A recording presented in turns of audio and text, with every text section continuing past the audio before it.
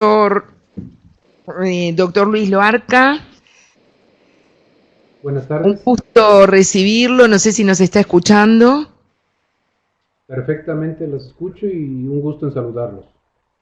Bueno, muchas gracias. Voy a aprovechar entonces a presentarlo. Le cuento que usted es nuestro último panelista, nuestro último expositor. El doctor Luis Loarca se ha formado como médico en la Universidad Autónoma de Querétaro.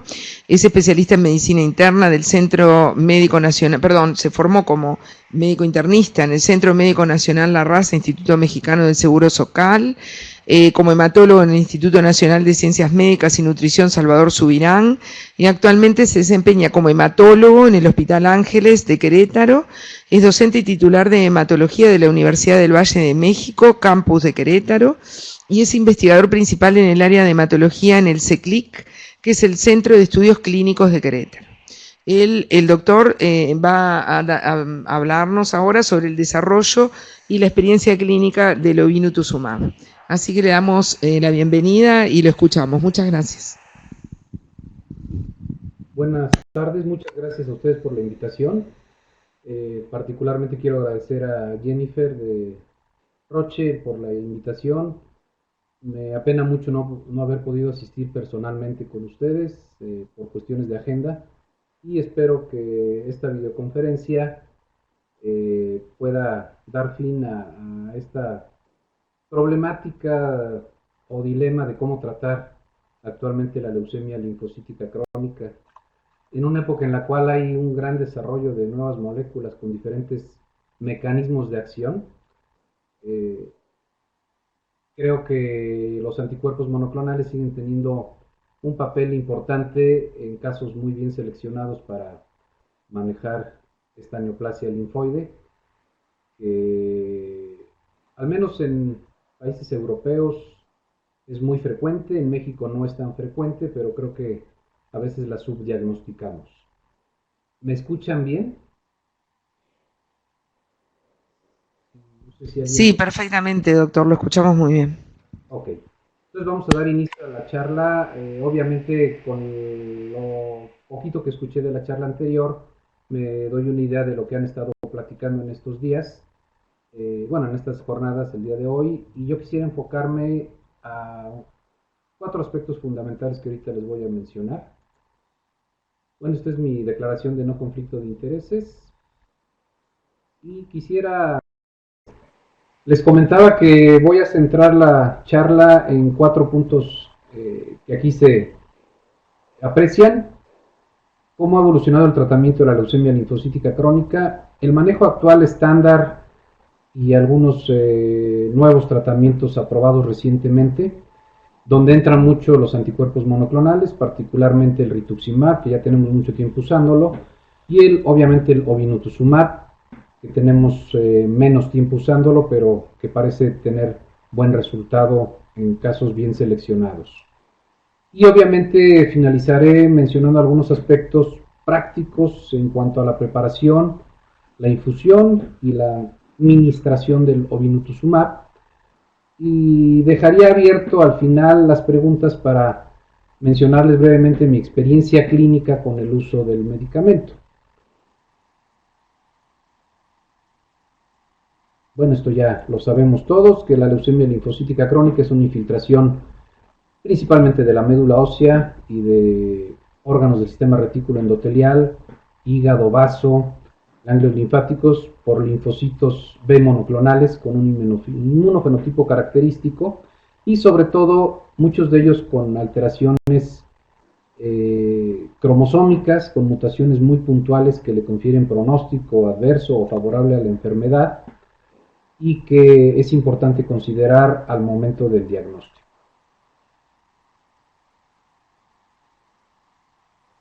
En cuanto a la tipificación clínica, pues ya esto todos lo sabemos. Están los dos sistemas internacionales para poder hacer una estratificación clínica adecuada, el de Binet y el de RAI. Particularmente a mí me gusta un poquito más el de RAI, por eso lo pongo ahí. Y obviamente es importante esa estratificación clínica como un dato relevante para decidir a qué paciente tratar y a qué paciente no tratar. Este es un punto importante y que está revolucionando mucho el tratamiento de esta neoplasia linfoide, lo que es la heterogeneidad molecular de la leucemia linfocítica crónica. En la década de los 80s y 90s, pues básicamente teníamos únicamente pues, el estadiaje clínico y por algunos marcadores en suero. Y finalmente, después en este siglo, en la primera década de este siglo, y finalmente en los últimos 5 años, pues ha habido una efervescencia de muchas alteraciones genéticas, alteraciones transcripcionales, y novedosamente hay algunas alteraciones epigenéticas que obviamente son importantes para considerar el tratamiento actual de esta enfermedad, y obviamente van a venir el descubrimiento de nuevas vías de señalización alteradas que puedan también ayudar al manejo de esto. Es complemento de la diapositiva anterior. La heterogeneidad del genoma de la linfocítica crónica es muy vasta. Aquí yo quisiera destacar principalmente dos cambios genéticos importantes. Está el Notch1, que es uno de los más frecuentes, y de las mutaciones que podemos identificar, ya sea por FISH o por técnicas más sofisticadas, destacaría yo la de lesión del 17P, como un marcador muy importante, adverso obviamente, la de lesión del 13Q, como un marcador no tan adverso, y otro de los adversos, la expresión de la mutación TP53. Creo que esto es fundamental tenerlo desde el inicio que estamos diagnosticando la enfermedad para poder tener más herramientas de cómo elegir la mejor línea de tratamiento inicial. Este riesgo de estratificación en cuanto a alteraciones moleculares me parece muy interesante, obviamente las de muy alto grado, destacando obviamente la 17P3 y la TP53, las de un grado intermedio que antes era como que nuestro parteaguas fundamental, como el estado no mutado de las cadenas pesadas de las inmunoglobulinas, ¿sí? El mismo SAP70 por citometría de flujo, que ya caen en un grado intermedio, la actividad del BCR, que actualmente con los nuevos inhibidores de sinasas de tirosina de Bruton y nuevos medicamentos, pues también es importante tenerlos identificados, y que irán en un grado intermedio, incluyendo el Notch1, que es uno muy frecuente, y ninguna de las anteriores serían de riesgo bajo, que a lo mejor serían las importantemente considerar para el tratamiento convencional estándar, ¿no? Esta es la evolución a través de las décadas, de las últimas 5 décadas, de cómo hemos tratado la leucemia linfocítica crónica. A mí me tocó en mi formación todavía tratarlo tradicionalmente con clorambucil y prednisona, como se hacía hace 50 años. Hace 50, 40 y 30 años prácticamente no teníamos más opciones de cómo tratar esto. En la década de los 80s y 90s empieza el desarrollo de los nucleósidos de las purinas, destacando principalmente la fludarabina, que llegó hace ya 30 años y se ha quedado todavía como uno de los medicamentos estándar en su tratamiento. En los 90 se agrega la bendamustina, que yo creo que es una droga que no hay que dejar en el olvido, que puede ser útil en casos de leucemia linfocítica crónica. Ya en este siglo, en la primera década de este siglo, pues tenemos el rituximab, como el primer monoclonal anti-CD20 tipo 1, que se ideó para el tratamiento de esta, bueno, no se ideó para el tratamiento de esta enfermedad, se ideó para el linfoma no Hodgkin, pero después se vio que resultaba muy útil en leucemia linfocítica crónica, y sigue siendo a la fecha un medicamento bastante útil combinado con quimioterapia.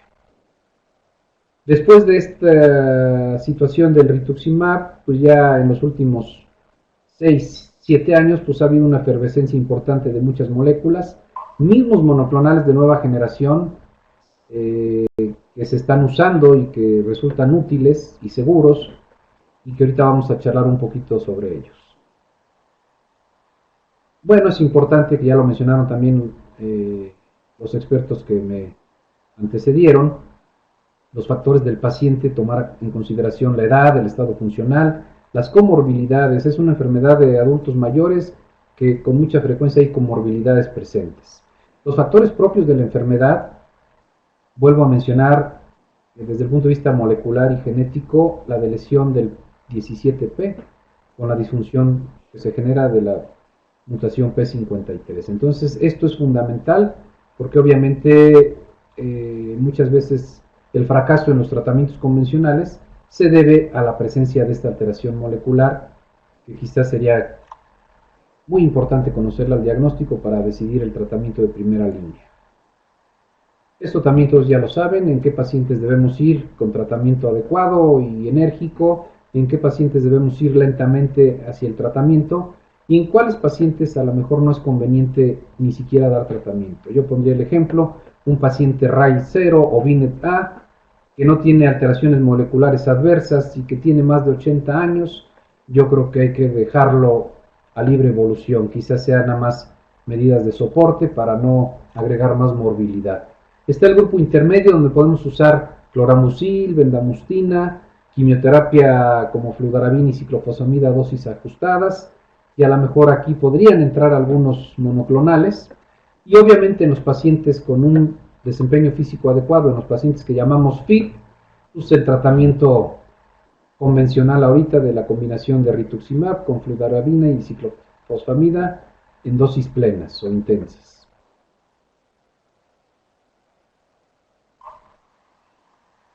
Me perdió mi flechita. Ok. Ya la encontré. Estas son las indicaciones principales para dar tratamiento en una leucemia linfocítica crónica. Habrá pacientes que no cubren ninguna de estas indicaciones y que tendremos que seguir vigilando. Sigue habiendo pacientes, como el que les mencionaba hace unos momentos, que no van a requerir tratamiento. Y estas son obviamente las indicaciones por el Instituto Nacional de Cáncer en Estados Unidos, actualizado hace 6 años, 7, donde hoy obviamente hay indicaciones plenas de iniciar tratamiento. Esto obviamente ya se publicó hace 5 años, el tratamiento estándar que pudiera seguir siendo el de primera línea en la mayoría de los pacientes, como bien mencionaban en la charla anterior. Ya entrando en materia de los nuevos tratamientos y en lo que nos va a involucrar más ahorita en los monoclonales, particularmente el obinutuzumab, pues obviamente tenemos que considerar varias cosas en los pacientes. Estratificar bien al paciente. El paciente estándar puede ser paciente de alto riesgo, puede ser paciente con comorbilidades presentes, con riesgo de progresión, con riesgo de eventos adversos por las mismas comorbilidades, y en esos pacientes la intensidad del tratamiento se debe ajustar, ¿sí? Necesidades médicas en leucemia linfocítica crónica hay que considerarlas muy bien en pacientes de edad mayor, mutaciones adversas como la 17P- y la 11Q-, recaídas tempranas, o cuando se dan esquemas adecuados y no obtenemos la respuesta esperada, pues tendremos que pensar en nuevas modalidades de tratamiento. Medicamentos dirigidos de acuerdo al riesgo del paciente y a las comorbilidades propias del paciente. Bueno, esta es la evolución de los diferentes anticuerpos. Nos vamos a enfocar en los humanizados, ¿sí? Que tienen un componente murino en un 5 a 10%, es el que nos interesa ahorita mencionar más específicamente, el obinutuzumab. Están los quiméricos, que ya tienen mucho tiempo usándose. El ejemplo clásico es el rituximab, donde el 25% es murino y el 75% humano. Nos vamos a enfocar principalmente, obviamente, en el humanizado, que es el que nos interesa analizar más detalladamente. Este es el mecanismo de acción del obinutuzumab. La droga, cuando salió a protocolos, se conocía como GA101 y hay muchos protocolos ya, algunos de ellos publicados y otros que ya cerraron su fase de reclutamiento y que los análisis preliminares están por publicarse y que van a ser interesantes, donde se utilizó el obinutuzumab solo o en combinación con quimioterapia. Ahorita vamos a ver algunos aspectos de estos estudios que dieron pauta al desarrollo de ensayos clínicos bien dirigidos para usar el obinutuzumab, ¿sí? Algunas diferencias fundamentales entre los tipo 1 y tipo 2 es el mecanismo de acción, donde los tipo 2 tienen una citotoxicidad mediada por células dependientes de anticuerpo mucho más intensa, tienen por glicoingeniería una afinidad mucho más importante hacia la célula efectora en la fracción constante del anticuerpo, se fija muy bien la célula efectora, los neutrófilos o los natural killer, y esto hace que la citotoxicidad sobre la célula tumoral sea mayor, ¿sí? Y tienen muy poca citotoxicidad dependiente de complemento, a diferencia de los tipo 1. Esas son las diferencias fundamentales entre los tipo 1 y los tipo 2. Tipo 1 tenemos como ejemplo el que ya, yo creo que todos tenemos experiencia clínica usando rituximab, no solo en linfocítica crónica, sino en linfoma no Hodgkin, obviamente de células BCD20 positivo, pero obviamente el obinutuzumab, que es el que nos interesa mencionar ahorita, esas son las principales diferencias en cuanto a su mecanismo de acción. Los tipo 2, particularmente obinutuzumab, carecen de citotoxicidad dependiente por complemento, tiene una muerte celular directa muy intensa, esto los hace muy útiles, y lo que les decía, la de la citotoxicidad dependiente de células que se adhieren, donde se adhieren fuertemente los anticuerpos, y aquí es donde la glicoingeniería juega un papel muy importante. Esta glicoingeniería obviamente está dada por la eliminación de la fucosa en la molécula bioquímica del obinutuzumab. Ahorita lo voy a mencionar eso en la siguiente diapositiva. Estos son algunos ejemplos del desarrollo de este monoclonal anti-CD20 tipo 2, el GA101, diseñado por glicoingeniería para tratar malignidades de células B. Obviamente hay muchos estudios clínicos en linfomas no Hodgkin ya publicados, algunos ya publicados en linfocítica crónica, particularmente el CLL11, que es como que el parteaguas para definir si en primera línea podemos dar obinutuzumab combinado con algo más, en este caso con clorambucil en pacientes no fit. Y particularmente lo que me ha metido en esto a mí es el protocolo GREEN. Yo tuve la oportunidad de ser investigador principal en este protocolo, que es el obinutuzumab, el GA101, combinado con quimioterapia en leucemia linfocítica crónica de novo, refractaria o en recaída. Lo vamos a ver un poquito más adelante. Obviamente hay varios ensayos clínicos ya publicados y otros que se publicarán en breve con el uso del obinutuzumab en neoplasias linfoides, particularmente me interesa ahorita la leucemia linfocítica crónica. Ahondando un poquito más en el mecanismo de acción, lo que les mencionaba de la eliminación de la fucosa. La eliminación de la fucosa permite que haya una mucho mejor afinidad en la fracción C del complemento del anticuerpo a la célula efectora. Esto permite una afinidad mucho más firme y que obviamente induce una muerte celular tumoral mucho más intensa que los anticuerpos monoclonales de primera tipo 1, como el rituximab o el ofatumumab. Sería la diferencia fundamental de esta glicoingeniería del obinutuzumab. Aquí obviamente se menciona lo mismo, el sitio de unión es mucho más firme del monoclonal, obviamente en la fracción constante del anticuerpo, por la eliminación de la fucosa, le da una adherencia muy importante con la célula efectora. Puede ser el neutrófilo o un linfocito natural killer. Aquí se aprecia mejor ese mecanismo que nos permite esa unión mucho más firme en la fracción constante del anticuerpo hacia la célula efectora. Y es el principal mecanismo de acción que lo hace más potente que los de los tipo 1 a este monoclonal anti-CD20 tipo 2. Esta citotoxicidad que induce muerte celular muy intensa gracias a la unión firme a la célula efectora y obviamente esa citotoxicidad dependiente de anticuerpo, nos permite que en pocos días la carga tumoral se remueva rápidamente. Y esto lo vimos obviamente nosotros en el desarrollo del protocolo GREEN, que es en el que tuve yo oportunidad de participar, donde en la primera semana de haber aplicado el medicamento, la carga de células CD20 positivas tumorales, células B, se disminuía prácticamente a cero en muy poco tiempo, ¿sí? En una semana de haber iniciado el tratamiento. Ahorita les voy a mostrar más o menos el diseño del estudio, donde en el ciclo 1 son 3 dosis, el día 1 repartido, la dosis 1 repartido en el día 1 y 2, la segunda dosis el día 8 y la tercera dosis el día 15. Entonces, desde la primera dosis, nosotros antes de administrar la segunda dosis del día 8, veíamos una reducción o un aclaramiento de las células tumorales muy rápido, después de la primera dosis.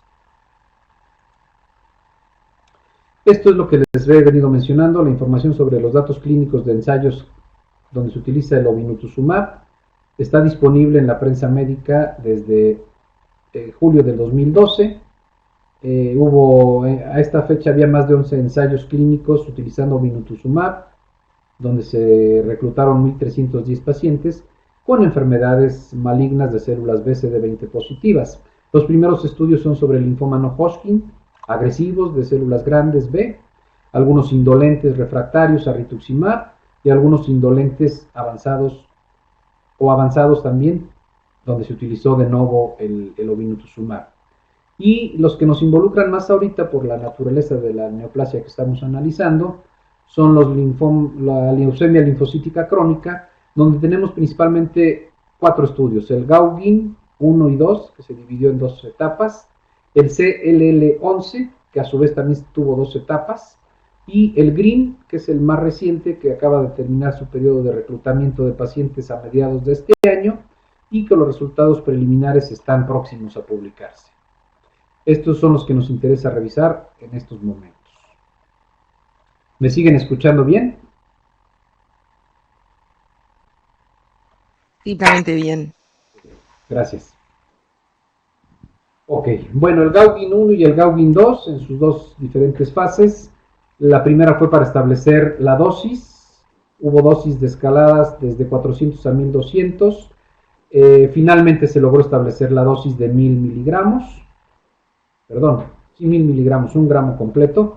Y el Gauguin 2, que es el que se utilizó en leucemia linfocítica crónica en recaída o resistente, donde ya se analizó más bien el perfil de eficacia y seguridad de la droga, ya con la dosis fija de 1000 miligramos. Aquí eran 8 ciclos. En los estudios posteriores, particularmente el CLL11, se estableció el número de ciclos en 6 en total. Ok, aquí está la primera publicación que avala o justifica el poder usar el obinutuzumab más clorambucil en pacientes con leucemia linfocítica crónica que tengan comorbilidades simultáneamente, ¿no? Con condiciones coexistentes al diagnóstico. Esto se publicó en el 2014, ya tiene un poco más de un año, y obviamente es el estudio donde se analizan objetivamente todos los resultados de este protocolo del CLL11 y el que da cabida a que la FDA haya autorizado en primera línea en estos pacientes con condiciones coexistentes el obinutuzumab combinado con clorambucil. Este estudio obviamente pues estuvo patrocinado por Roche en conjunto con el grupo colaborativo alemán para leucemia linfocítica crónica, donde ellos pretendían analizar y buscar 3 situaciones importantes, ¿sí? Obviamente un diagnóstico y tratamiento óptimos en pacientes con leucemia linfocítica crónica, con 3 objetivos principales: prolongar la supervivencia libre de progresión, prolongar la supervivencia global y mejorar la calidad de vida. Este es un punto importante.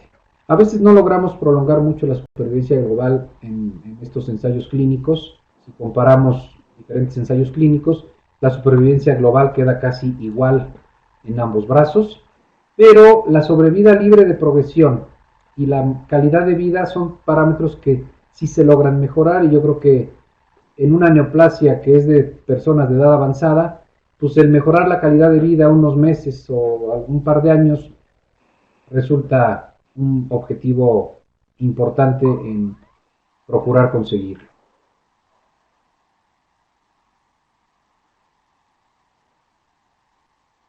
Bueno, es parte importante de lo que les mencionaba, de los fundamentos para este estudio, el CLL11. La mayoría de los pacientes con leucemia linfocítica crónica son de edad avanzada, tienen condiciones médicas preexistentes que limitan la posibilidad de tener esquemas intensivos de quimioterapia, ¿sí? existe una gran necesidad médica sin cubrir todavía para contar con un régimen de alta eficacia y toxicidad no tan importante, que sea una toxicidad manejable.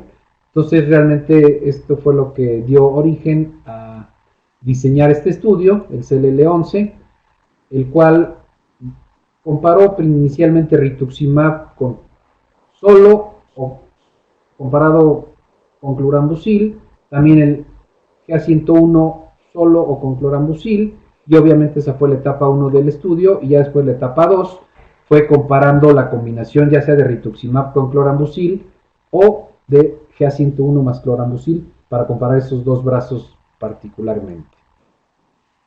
Es un estudio que, como les mencionaba, tiene dos fases, ¿sí? Me interesa enfocarme principalmente, dos etapas, perdón. En la etapa 2, que es la que compara ya un grupo que utiliza GA101 más clorambucil y otro grupo que utiliza rituximab más clorambucil. Y aquí ya se bajó a 6 ciclos en lugar de 8, ¿sí?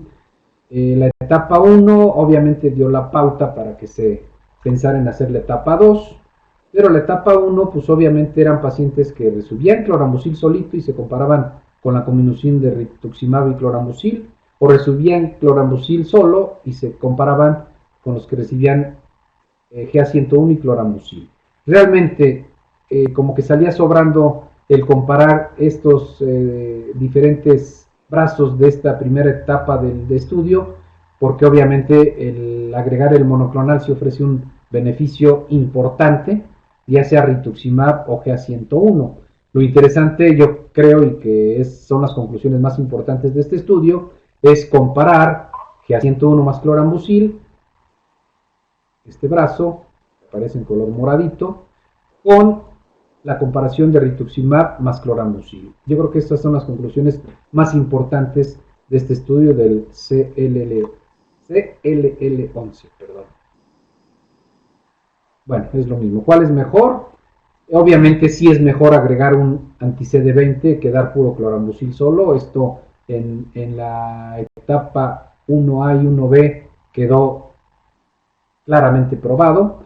Y obviamente en la etapa 2 de este estudio, es lo que nos interesaba, le interesaba a los investigadores de este estudio. Yo no participé en el CLL11, pero conozco bien el diseño del estudio.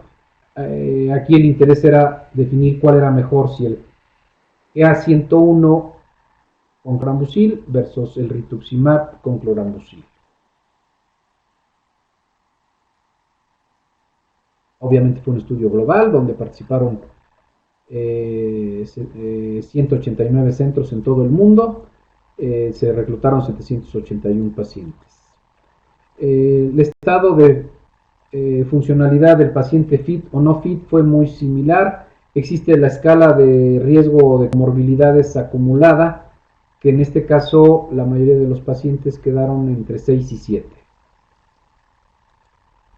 Ok, esta escala de riesgo de comorbilidades acumulado obviamente valora muy bien las diferentes comorbilidades cardiovasculares, endocrinas, gastrointestinales, hepáticas, renales, muchas comorbilidades para sacar una escala y definir si el paciente es fit o no fit. En cuanto a la mediana de edad de este estudio, me voy a enfocar principalmente a la etapa 2 del estudio, que fue la que comparó obinutuzumab contra clorambucil, este brazo, y rituximab más clorambucil. Obviamente la combinación de alguno de los dos monoclonales más clorambucil para ver cuál resultó más eficaz y más seguro. Obviamente en cuanto a mediana de edad son muy similares los dos grupos. El grupo de obinutuzumab y clorambucil, que reclutó 333 pacientes, obtuvo una mediana de edad de 74 años. El grupo de rituximab y clorambucil, la mediana de edad fue de 73 años. En cuanto al desempeño físico, la mediana de Koch en ambos grupos, voy a enfocarme a esto que es la etapa 2 de este estudio. El desempeño funcional, pues el promedio fue, la mediana fue de un ECOG de 1, o sea, muy razonable, muy aceptable todavía.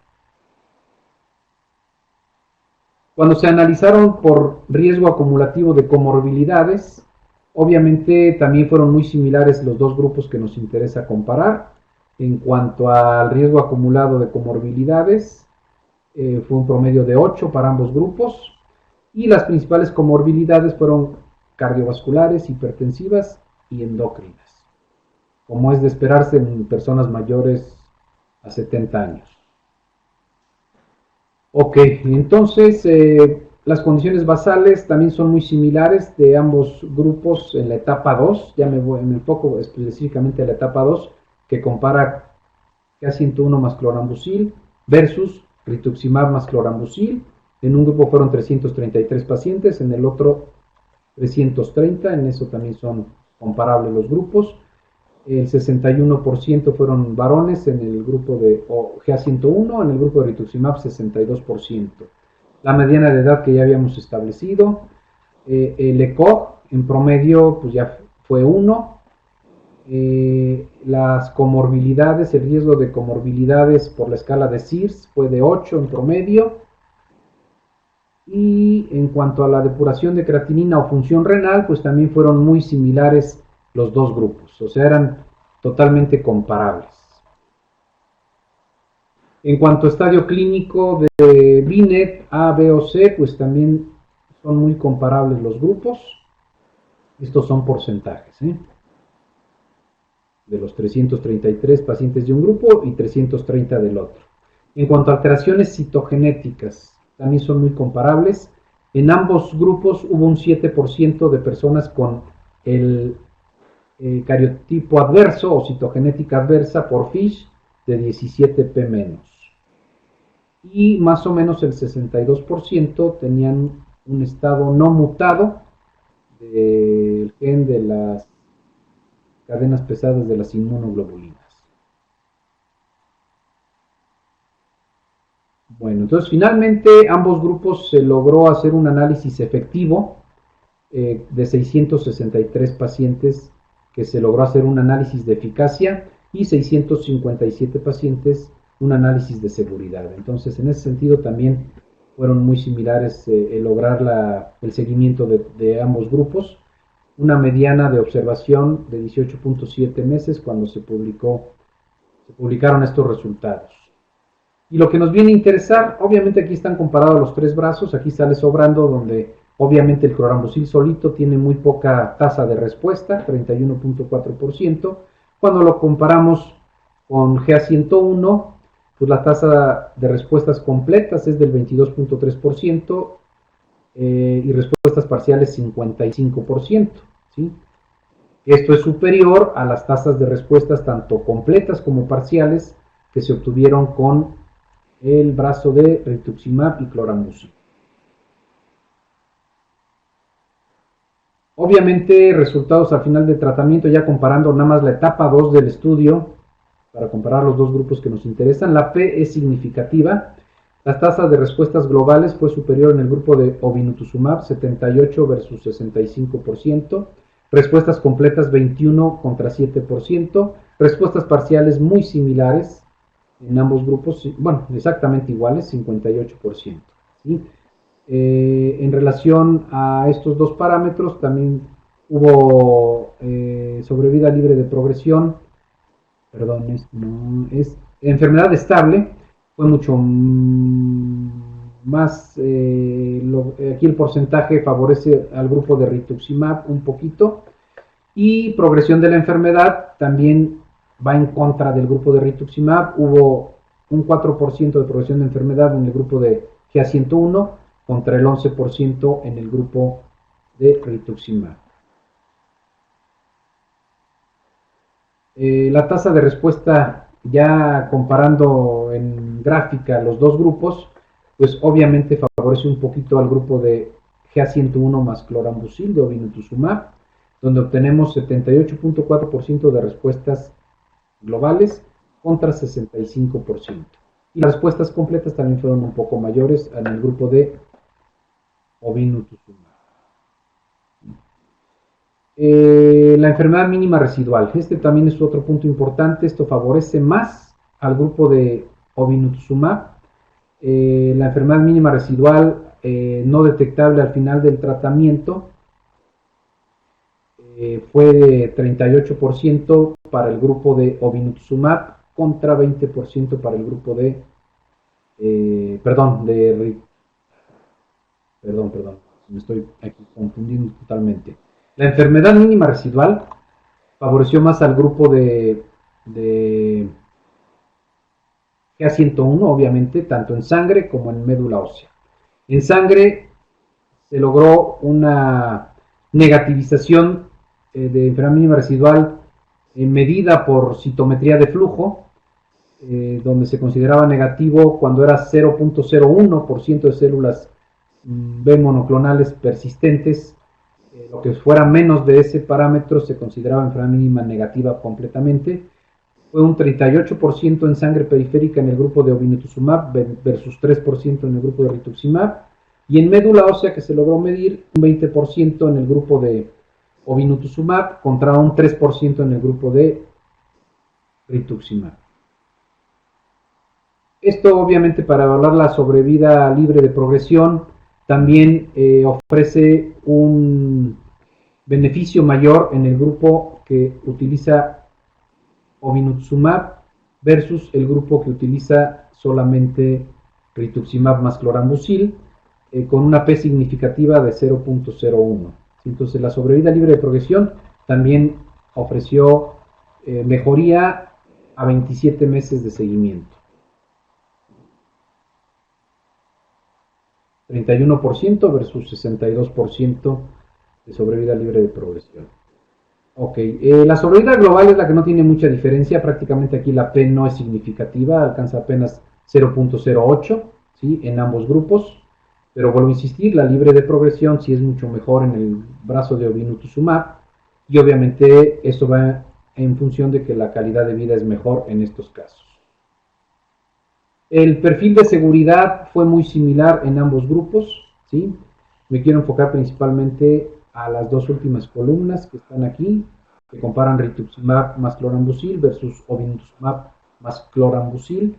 Realmente los eventos adversos fueron, los serios fueron muy similares en ambos grupos. Hubo un poquito más de toxicidad en el grupo de obinutuzumab, pero fue una toxicidad bastante manejable y que no hizo una diferencia significativa en tener que retirar a los pacientes del estudio o espaciar las dosis o disminuir dosis de medicamento. En el grupo de GA101 hubo toxicidad grado 4, un 20% versus 4%. Sí es mayor, obviamente, la toxicidad grado 4 en estos pacientes en relación a reacciones relacionadas a la infusión, que es un punto importante analizar un poquito más adelante, ¿sí? En relación al síndrome de lisis tumoral, solo hubo en el grupo de GA101 un paciente que por el síndrome de lisis tumoral tuvo una toxicidad muy severa que se tuvo que retirar del estudio. En el grupo de rituximab más clorambucil no ocurrió ninguna discontinuación del tratamiento, todos terminaron su tratamiento. ¿Qué conclusiones podemos sacar de este estudio? Obviamente, añadir un anticuerpo monoclonal al clorambucil ofrece beneficio clínico, definitivamente sí. Añadir particularmente el GA101 al clorambucil ofrece beneficio clínico, también lo ofrece. Añadir rituximab al clorambucil también añade beneficio, obviamente, ¿sí? Y el punto importante, que es el de la etapa 2 de este estudio, cuál de los dos es mejor de los monoclonales. Obviamente ya se vieron las gráficas donde la sobrevida libre de progresión es mucho mayor en el grupo de GA101 más clorambucil que en el grupo de rituximab más clorambucil, ¿sí? La tasa de respuesta global también es mucho mejor en el grupo, ¿sí? Así como los mayores niveles de negativización de enfermedad mínima residual es mucho mayor en el grupo de GA101 versus rituximab. El único parámetro que no tuvo diferencia significativa fue la tasa de sobrevida global. Bueno, es prácticamente lo mismo de la diapositiva anterior. El estudio GREEN, que es el que permite utilizar en leucemia linfocítica crónica la combinación de GA101 más quimioterapia. Obviamente aquí se pueden establecer 4 brazos para el seguimiento del protocolo. Pacientes FIT de novo, pacientes no FIT de novo, o pacientes FIT refractarios o en recaída, o pacientes no FIT refractarios o en recaída. Esta flexibilidad de los diferentes brazos que se pueden derivar de este protocolo, pues permite usarlo en una gama muy variada de pacientes con leucemia linfocítica crónica. Es muy similar en cuanto a las comorbilidades, se utilizó la misma escala SIRS para definir el paciente FIT o no FIT. Los criterios de inclusión, a grosso modo, pues fueron estos: obviamente una neoplasia documentada de células B, CD20 positivo, concluyente de leucemia linfocítica crónica, de acuerdo a los criterios internacionalmente aceptados. Pueden ser para pacientes previamente no tratados, de primera línea, o pacientes en recaída después inclusive de 3 recaídas, pacientes refractarios,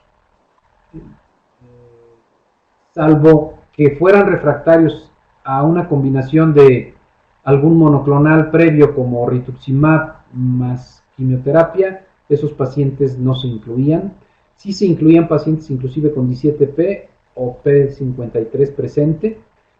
El estatus físico tendría que ser en un ECOG entre 0 y 3. La expectativa de vida es por lo menos de 6 meses a criterio del investigador, y parámetros hematológicos no tan deteriorados todavía: una hemoglobina mayor a 9, una cuenta de neutrófilos mayor a 1500 y cuenta de plaquetas mayor a 75.000. Los criterios de exclusión, obviamente no voy a ahondar demasiado en ellos. Las combinaciones de quimioterapia, este sí es un punto importante a considerar. Los pacientes FIT podían recibir solamente fludarabina y ciclofosfamida IV o por vía oral. Obviamente actualmente hay mucho desabasto de ciclofosfamida por vía oral, y casi todos los pacientes, obviamente tanto FIT como no FIT, si requerían, en los pacientes FIT que requerían ciclofosfamida, se tendría que pensar en la vía intravenosa. En el uso de bendamustina podría ser en pacientes FIT. Como primera línea se podían dar 90 miligramos por metro cuadrado, días 1 y 2, la dosis estándar. Pacientes en recaída o refractario serían 70 miligramos por metro cuadrado, se disminuía en 20 miligramos por metro cuadrado. Y pacientes no FIT, a criterio del investigador, podían recibir dosis menores, todavía 70, como 50 miligramos por metro cuadrado, sobre todo si eran pacientes en recaída o refractarios. O el paciente no FIT puede recibir, además del obinutuzumab, clorambucil exclusivamente, sin más combinaciones de quimioterapia.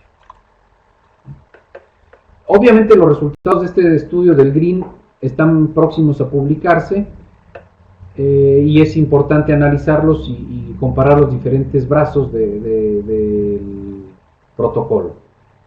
En cuanto a la administración del obinutuzumab del Gazyva, ya se tiene establecido que son dosis fijas de 1000 miligramos. Para leucemia linfocítica crónica ya se tiene establecido que son 6 ciclos de tratamiento. Cada ciclo de tratamiento va a durar 28 días, y solo el ciclo 1 es el que tiene 3 dosis de obinutuzumab.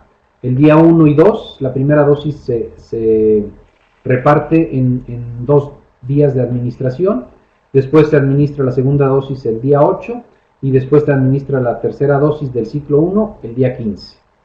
Y ya después, a los 28 días, sería el ciclo 2, el cual tendría que administrarse ya en un solo día la dosis completa de obinutuzumab, y repetirla cada 28 días hasta completar los 6 ciclos de tratamiento, ¿sí?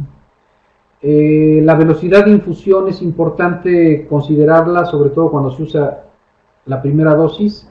Es recomendable que la primera dosis se fraccione el primer día 100 miligramos y el segundo día 900 miligramos, y que los primeros 100 miligramos se pasen a una velocidad de infusión no mayor a 25 miligramos por hora. O sea, los primeros 100 miligramos se administran en 4 horas.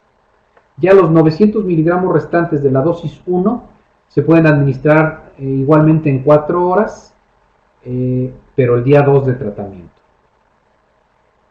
Si obviamente si hay reacciones con la primera infusión de 25 miligramos por hora, se puede hacer más lenta la infusión, y si la reacción relacionada a la infusión es grado 3 o 4, pues se tendrá que interrumpir, revertir con medicamentos y valorar si se administra más lentamente. No se debe pasar más de 8 horas en la infusión, ya sea de los primeros 100 miligramos o de los 900 miligramos restantes de la primera dosis.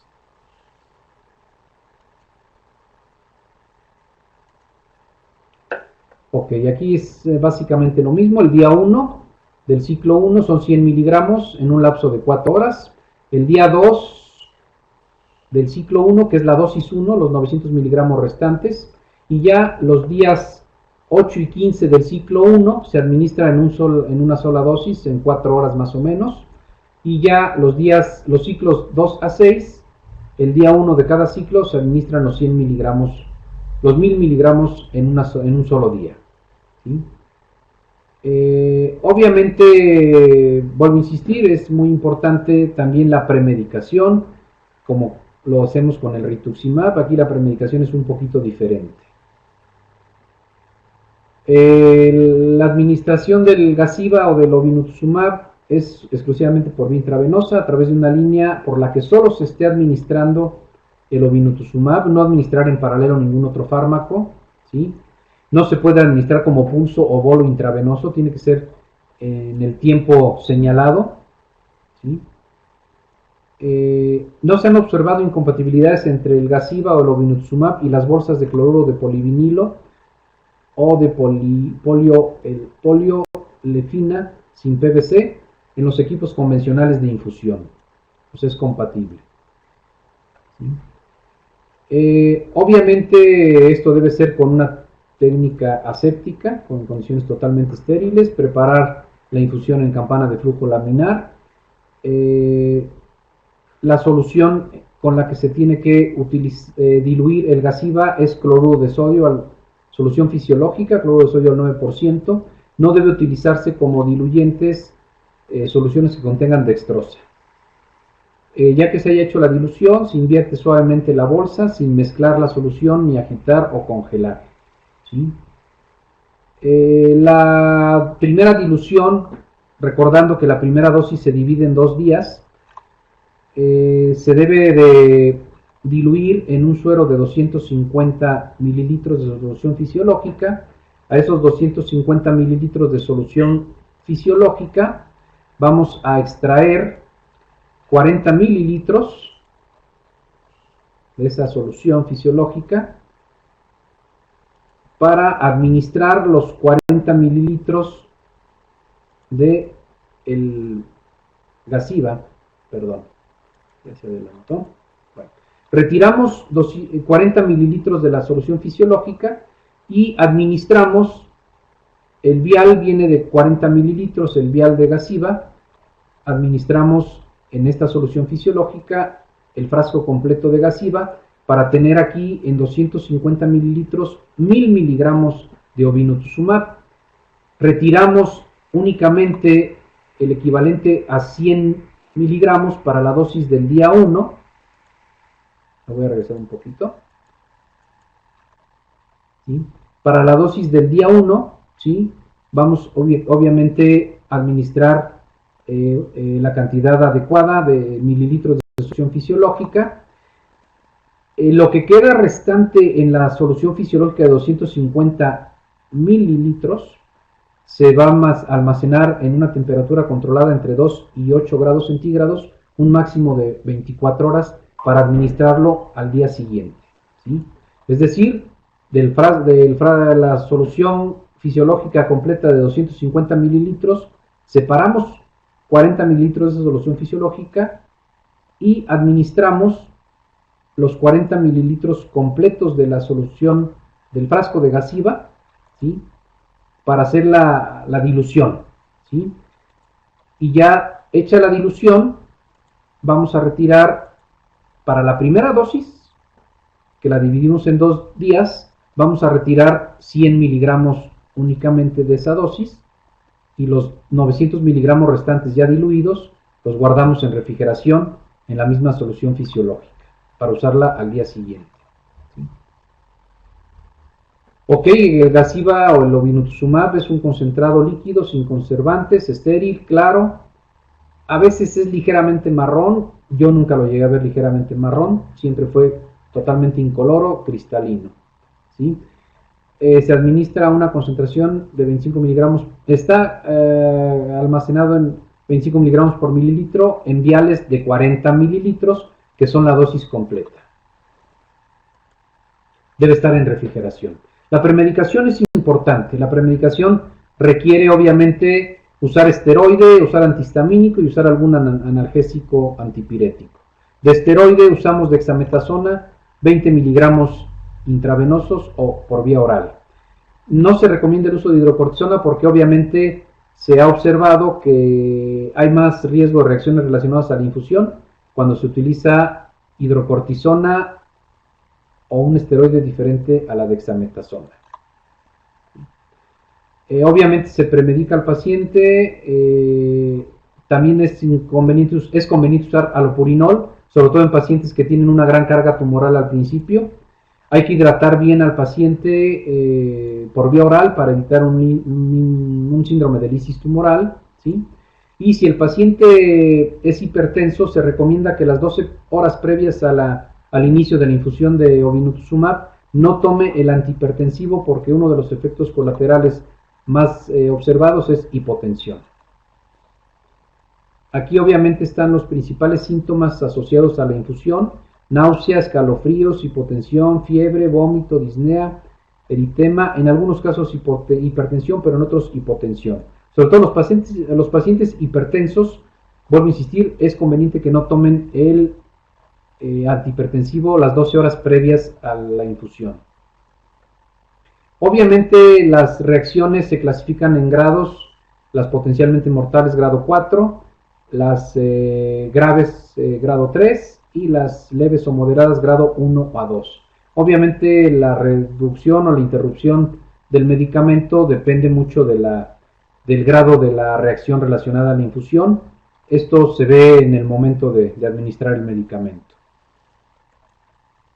Un paciente que presenta una reacción grado 4 y que se interrumpe el medicamento razonablemente un par de horas y que al reiniciar la dosis más lentamente se vuelve a presentar la reacción igual grado 4, se debe interrumpir en forma definitiva el tratamiento y ya no volverle a dar obinutuzumab. Esto es obvio por el riesgo de una reacción potencialmente mortal. No hay ajuste de dosis. Si un paciente se tiene que interrumpir y suspender en forma definitiva la dosis, no es válido que en el siguiente ciclo le demos 500 miligramos. Ya no hay ajuste de dosis, entonces la dosis es fija de 1000 miligramos por dosis. Bueno, obviamente creo que estamos ya un poquito sobre tiempo. Los resultados del obinutuzumab resulta ser un medicamento seguro, eficaz, sobre todo en el paciente con comorbilidades. No tiene un perfil de toxicidad tan importante comparado con rituximab y creo que puede ser una buena alternativa en pacientes con leucemia linfocítica crónica de novo, que sean no fit, combinado con algún agente alquilante no tan agresivo como el clorambucil. Obviamente las estrategias futuras de tratar la leucemia linfocítica crónica es algo similar a tratar las leucemias agudas, donde tenemos una fase de inducción donde tenemos que reducir la carga tumoral lo más pronto posible y en forma rápida, utilizando quimioterapia que combine fludarabina, ciclofosfamida o bendamustina. Viene otra fase de inducción, donde la combinación de medicamentos incluye los inhibidores de tirosincinasa, especialmente en los pacientes 17P- positivos o que tengan la mutación TP53, anticuerpos monoclonales, como en este caso el obinutuzumab o rituximab, es una buena alternativa, o antagonistas de BCL2. Estos pueden usarse combinados en la fase de inducción. que esta puede durar hasta 6 o 12 meses. Y ya la fase de mantenimiento, obviamente ajustado de acuerdo a una enfermedad mínima residual negativa, pues puede ser usar un solo agente que puede ser monoclonal, lenalidomida, como se mencionaba en la charla anterior, inhibidor de sinasa de tirosina de Bruton o antagonistas de BCL2. Esta fase de mantenimiento pues puede ser un año o indefinidamente. Este modelo de tratamiento pues se parece mucho a como tratamos las leucemias agudas. Obviamente no es la intensidad ni la gravedad de la enfermedad igual que la leucemia aguda, pero la leucemia linfocítica crónica está teniendo muchas alternativas de tratamiento con las nuevas moléculas, sobre todo ajustado obviamente a un análisis molecular diagnóstico importante para ver los 17P, yo creo que de inicio poder pensar darles inhibidor de tirosinasa, o mantener la enfermedad mínima residual negativa para poder usar monoterapia de mantenimiento. Obviamente esto es lo que buscamos, más que la paliación y la respuesta, buscamos una sobrevida libre de progresión y enfermedad mínima residual negativa y profunda el mayor tiempo posible. Y esto es lo que se busca con los nuevos esquemas de tratamiento. Por mi parte es todo, agradezco su atención y estoy pendiente de sus preguntas.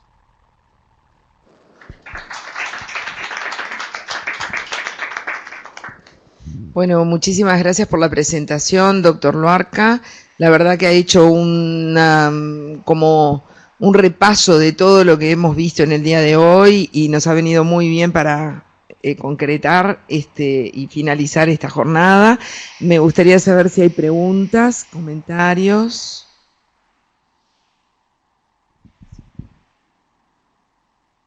Doctor Luarca, muchas gracias por su presentación.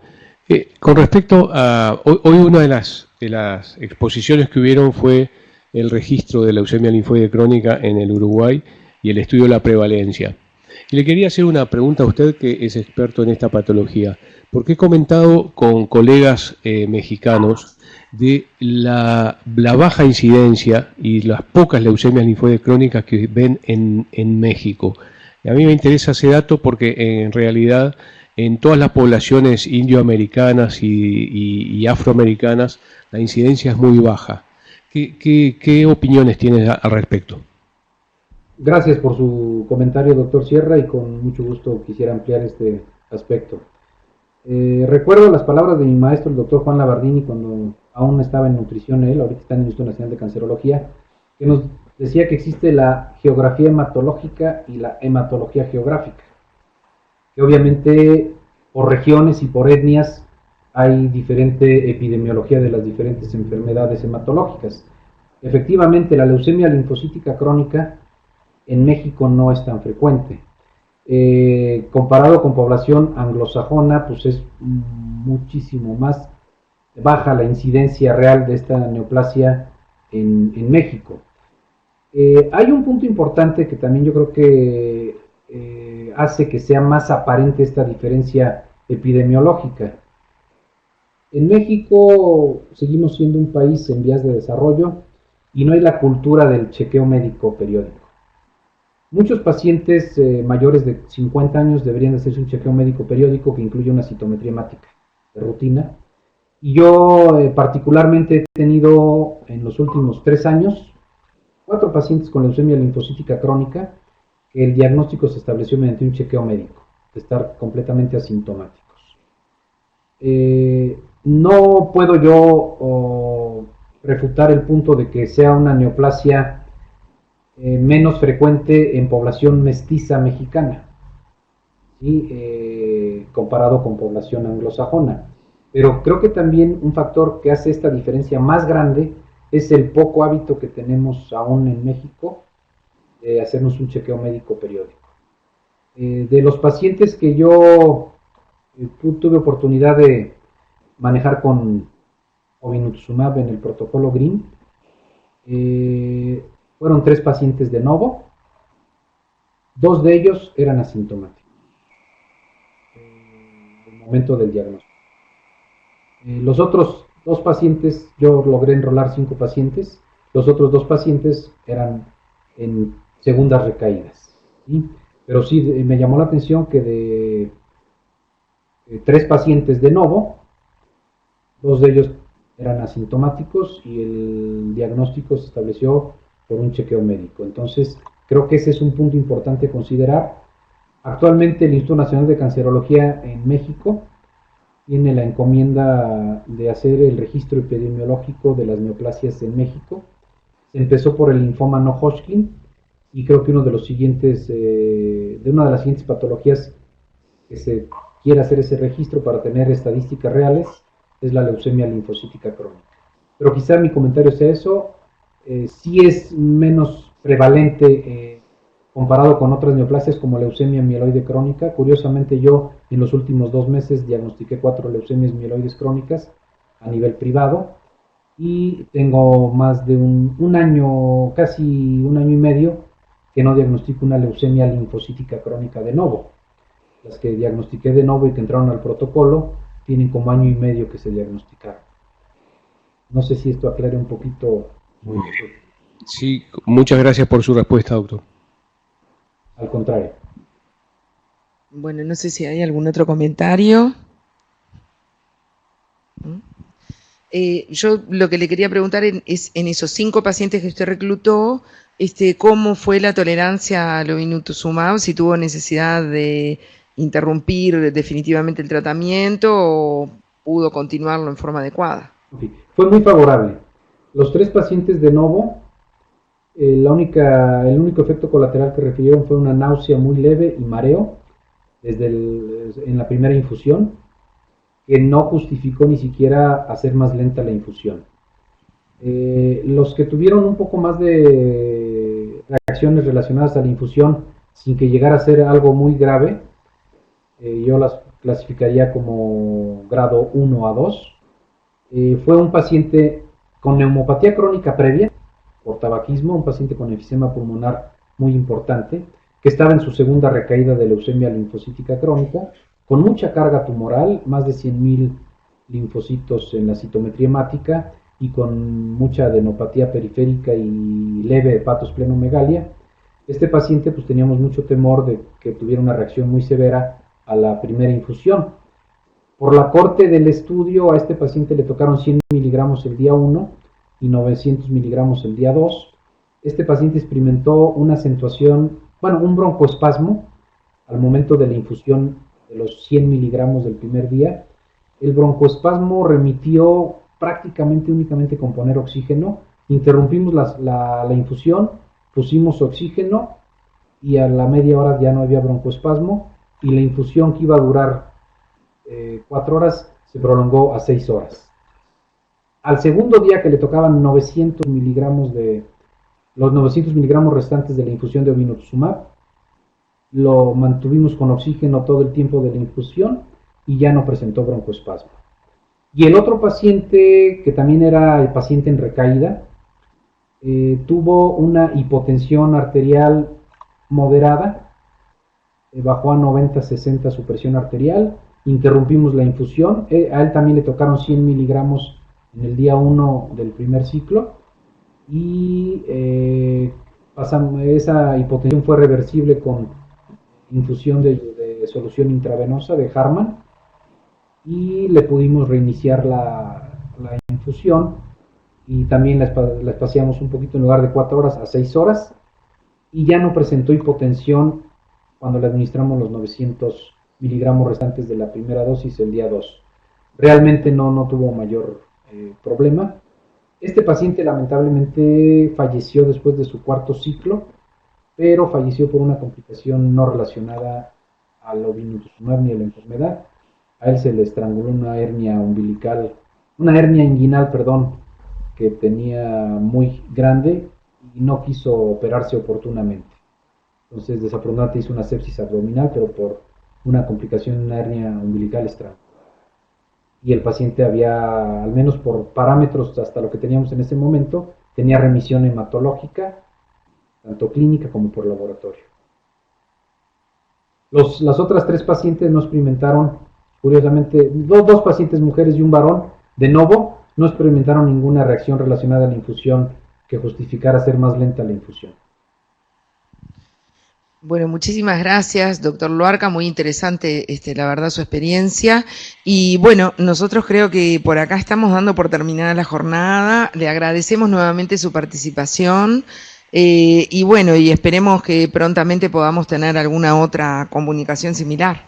Así que muy buenas tardes y muchas gracias en nombre de todos los participantes. Gracias. Gracias a ustedes por la invitación y por su atención. Y espero algún día poder ir a platicar con ustedes personalmente.